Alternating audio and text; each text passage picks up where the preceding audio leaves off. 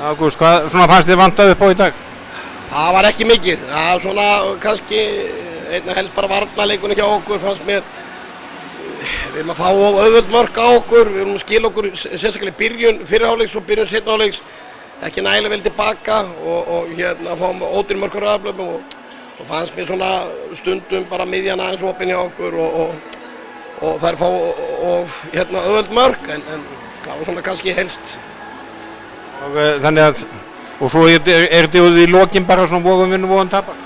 Já, þetta var auðvitað hörkuleikur meira og minna allan tíman sko, við erum alltaf voru komið frumkvæði miðjan seinni hálfleikinn og maður svona vonast eftir að við værum jafnvel að fara að sigla þessu heim en svo slökum við aðeins á og ég segi þær skora og hratt á okkur og auðveld mörk og sem erfitt fyrir markmenn eiga við og bara því fór sem fór, hörkuleikur, góður handboltaleikur, skemmtilegur handboltaleikur en varnarleikurinn þarf að vera betri núna í næsta leik hjá okkur, það er klárt.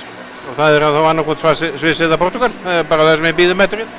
Já, nú sjáum bara til hvernig það fer. Við ætlum okkur að reyna að komast í þetta 5. sæti og það er mikið hungur í stelpunum, þetta er svona aðeins farið að minnka á táknum eðlilega en og auðvitað söknum við Elísu, það segir sig sjálft en stelpunar hafa auðvitað bara verið að spila frábærlega og við erum með þjóðir hérna á bak við okkur eins og Þýskaland, Noreg, Svartfjallaland, Tékka, Suður Kóreu sem eru núverandi heimsmeistarar og fleiri þjóðir sko, þannig að maður svona verður að horfa kannski jaft á þetta og sangjant yfir þetta. Við erum búin að tapa 3 leikjum það með 1 marki fyrir þetta þennan sem enda í 2 en við ætlum að svona gefa þeim frí í kvöld og svona fyrirpartinn á morgun og svo undirbúa okkur vel saman hver anstæðingur verður og svona hvað maður að segja, náum svona upp íslenska hjartanu og íslensku baróttunni og ætlum að klára þetta með sóma. Stelpunir hafa staðið sér frábærlega og við ætlum að loka svo 7. sætinu.